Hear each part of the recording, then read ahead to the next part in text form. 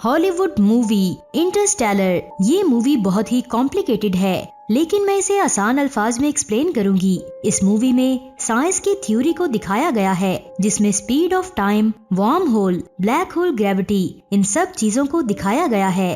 अगर आप इन speed of time, wormhole, black hole और ग्रेविटी के बारे में जानना चाहते हैं, तो आपको इस मूवी को पूरा वॉच करना होगा। तो आइए इस मूवी को स्टार्ट करते हैं। इस मूवी में मेन कैरेक्टर कॉपर है और ये पूरी मूवी इसी के गिर्द घूमती है। कॉपर नासा में एक पायलट था, लेकिन अब वो नासा कंपनी को छोड़कर मकई की खेती का काम करता है। जमीन पर 7 साल पहले अनाज उगना बंद हो गया था और 1 साल से अब यहाँ पर कोई सब्जी भी नहीं उग रही थी।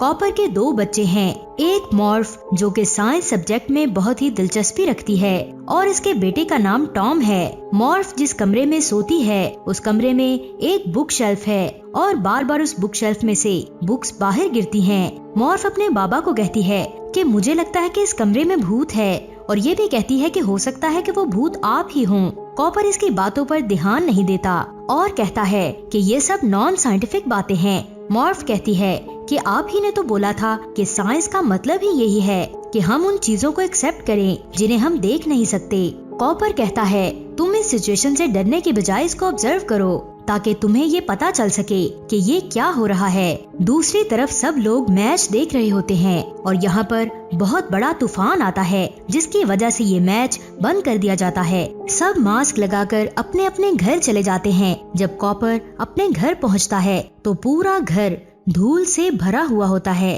और मॉर्फ के कमरे में इस धूल से कुछ लाइंस बन जाती हैं। मॉर्फ कहती है कि मैंने कहा था ना कि कोई भूत हमसे बात करना चाहता है। कॉपर उन लाइंस को ध्यान से देखता है और मॉर्फ को कहता है कि आज तुम अपने भाई टॉम के कमरे में सो जाओ। कॉपर पूरी रात ये समझने की कोशिश करता है कि ये लाइंस कैसे बनी हैं और ये बुक्स अपने आप कैसे गिर सकती हैं। जब सुबह मॉर्फ अपने कमरे में आती है तो वो देखती है कि उसके बाबा अभी भी उन लाइंस को देख रहे हैं। मॉर्फ जब कॉपर के पास आती है तो वो बताते हैं कि ये किताबें भूत की वजह से नहीं, बल्कि ग्रेविटी की वजह से नीचे गिरती हैं। इसके बाद कॉपर एक सिक्का ऊपर फेंकता है तो वो सिक्का मिट्टी से बनी लाइन के ऊपर जा गिरता है। कॉपर बताता है कि ये एक मैसेज है जो बाइनरी कोड की शक्ल में भेजा गया है। बाइनरी कोड एक लैंग्वेज है जिसमें सिर्फ 1 और 0 का इस्तेमाल होता है। जैसे हम किसी को मैसेज लिखने के लिए अल्फाबेट्स का इस्तेमाल करते हैं, लेकिन इस कोडिंग लैंग्वेज में आप सिर्फ 1 और 0 का इस्तेमाल कर सकते हैं। अब कॉपर समझ जाता है कि धूल से बनी मोटी लाइन का मतलब 1 और पतली लाइन का मतलब 0 है। कॉपर इस मैसेज को डिकोड करता है। डिकोड करने के बाद उसे एक लोकेशन का पता चलता है। कॉपर और मॉर्फ उस लोकेशन पर पहुंच जाते हैं और जब कॉपर अंदर जाने की कोशिश करता है तो उसे वहां की सिक्योरिटी पकड़ लेती है।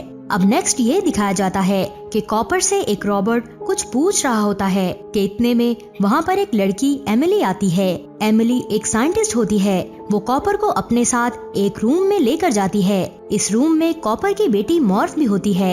एमिली के फादर प्रोफेसर ब्रैन भी वहाँ पर होते हैं। प्रोफेसर ब्रैन कॉपर को जानते हैं क्योंकि वो पहले नासा में काम कर चुके हैं। अब वो सब लोग ये जानना चाहते हैं कि कॉपर को इस जगह का कैसे पता चला, क्योंकि ये बहुत ही खुफिया जगह होती है। इस जगह के बारे में किसी को कुछ भी इंफॉर्मेशन नहीं होती। अब मॉर्फ बताती है कि ग्रेविटी की वजह से हमें इस जगह का पता चला है। वहाँ पर बैठा एक आदमी कहता है हमें साफ साफ बता दो कि तुम यहाँ पर कैसे पहुँचे हो। कॉपर को कुछ समझ में नहीं आता कि यहाँ पर हो क्या रहा है। उसके दिल में एक डर होता है। वो कहता है कि पहले आपको वादा करना होगा कि आप मुझे और मेरी बेटी को यहाँ से वापस जाने देंगे। प्रोफेसर कहता है कि तुम्हें हमारे काम के बारे में नहीं पता। हालांकि कॉपर और ब्रेन एक साथ ही नासा में काम कर चुके होते हैं। कॉपर के मुताबिक नासा ऑर्गेनाइजेशन में जितने भी साइंस के प्रोजेक्ट्स थे वो आज से 10 साल पहले पूरी दुनिया में बंद हो चुके हैं। प्रोफेसर ब्रेन कहते हैं कि ये ऑर्गेनाइजेशन आज भी चलती है, लेकिन ये दुनिया के लिए खत्म हो चुकी है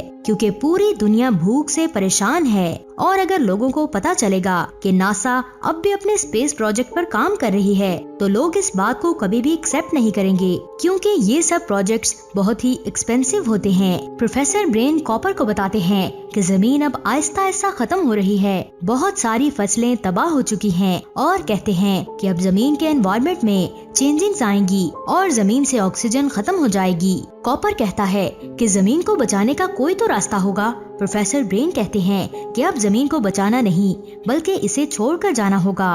और कहते हैं कि स्पेस में एंड्योरेंस नाम का नासा का एक स्पेसशिप है और हम फ्लाइंग ऑब्जेक्ट के जरिए उस स्पेसशिप तक पहुंच सकते हैं। इसके बाद वो कॉपर को ये बताते हैं कि सैटर्न के नजदीक आज से 48 इयर्स पहले अपने आप एक वार्म होल खुल गया था, जिसके थ्रू हम दूसरी गैलेक्सी में कम से कम वक्त में जा सकते हैं। हमारी गैलेक्सी का नाम मिल्की वे गैलेक्सी है, जिसमें खरबों सितारे और सैयारे हैं। इसी तरह कायनात में बहुत सारी गैलेक्सीज हैं। इंसानों को वहां तक पहुंचने में लाखों साल लग जाएंगे। पहले मैं आपको ये बता दूं कि वार्म होल होता क्या है। वार्म होल की थ्योरी एल्बर्ट आइंस्टाइन की है। इस थ्योरी के मुताबिक स्पेस में वार्म होल जो एक गैलेक्सी से दूसरी गैलेक्सी में जाने का शॉर्टकट रास्ता है। इसके थ्रू टाइम ट्रेवल भी किया जा सकता है। प्रोफेसर ब्रेन कहते हैं कि कोई एडवांस टेक्नोलॉजी इंसान की मदद करने की कोशिश कर रही है। वो कॉपर को बताते हैं कि हम पहले ही 13 एस्ट्रोनॉट्स को वार्म होल के थ्रू दूसरी गैलेक्सीज में भेज चुके हैं और उन्हें वहाँ ऐसे सैयारों को ढूंढना है जो इंसानों के रहने के लिए बेहतर हों और ज्यादा दूर भी न हों।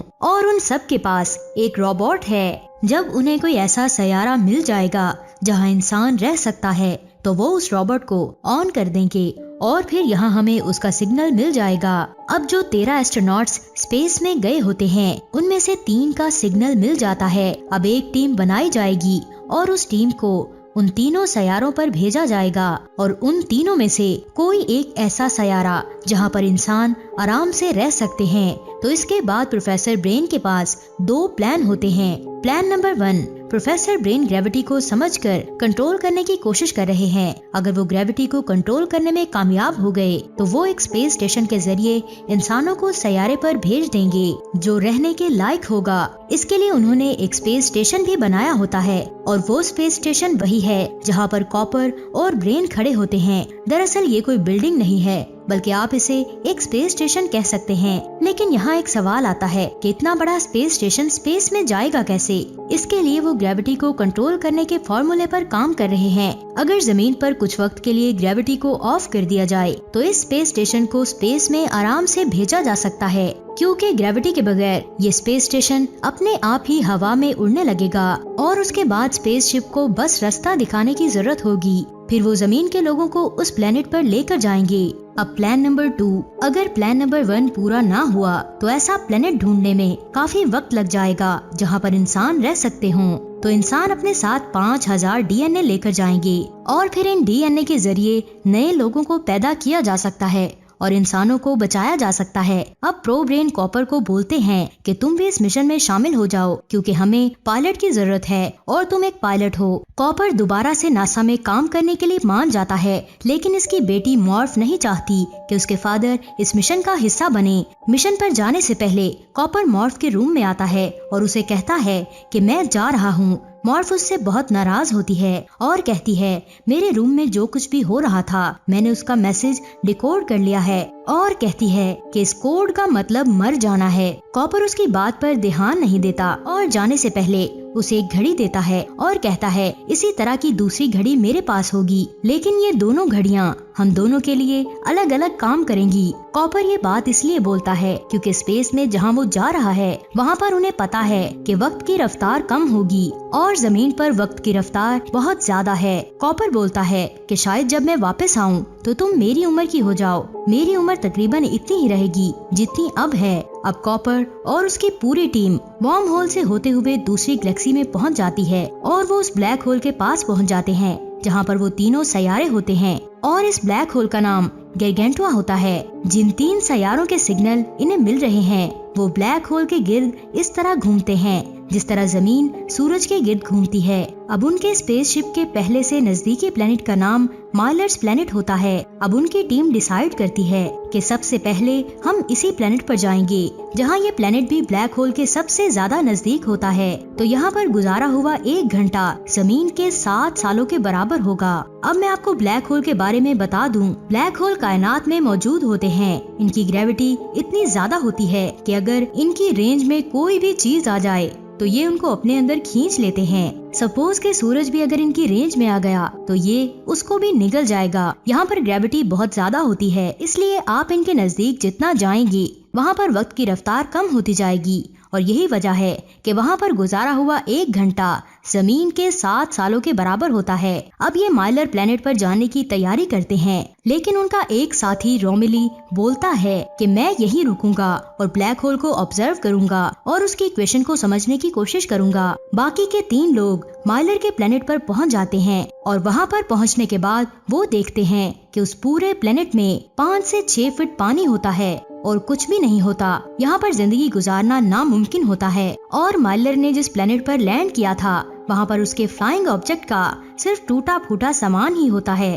अब एमिली उस तरफ जाने लगती है जहाँ से उसको सिग्नल मिल रहे थे। कॉपर उससे पूछता है कि तुम कहाँ जा रही हो। कॉपर जब ध्यान से देखता है तो वो पहाड़ नहीं बल्कि लहरें होती हैं जो बादल को छू रही होती हैं। और इस प्लेनेट पर इतनी ऊंची लहरें इसीलिए होती हैं क्योंकि यहाँ पर ग्रेविटी बहुत ज्यादा होती है और इसीलिए पानी को इतना ऊपर उठा देती है। अब कॉपर एमिली को कहता है कि वो पानी की लहरें हैं, तुम जल्दी वापस आओ। वापस आने से पहले ही एमिली वहाँ पर फंस जाती है, लेकिन यहाँ पर जो रॉबर्ट होता है वो उसको बचा लेता है। इस पूरे इंसिडेंट में उनकी एक साथी की डेथ हो जाती है। अब इनके फ्लाइंग ऑब्जेक्ट के इंजन में पानी भर जाता है जिसकी वजह से वो स्टार्ट नहीं होता। फ्लाइंग ऑब्जेक्ट तब ही स्टार्ट होगा जब इंजन में से पानी निकलेगा। इन्हें इस प्लेनेट में से निकलने में 3 घंटे लग जाते हैं और जब वो अपने मेन स्पेसशिप इंड्योरेंस में जाते हैं तो वो देखते हैं कि जो उनका एक साथी यहाँ पर रुका हुआ था वो बूढ़ा हो चुका है। वो बोलता है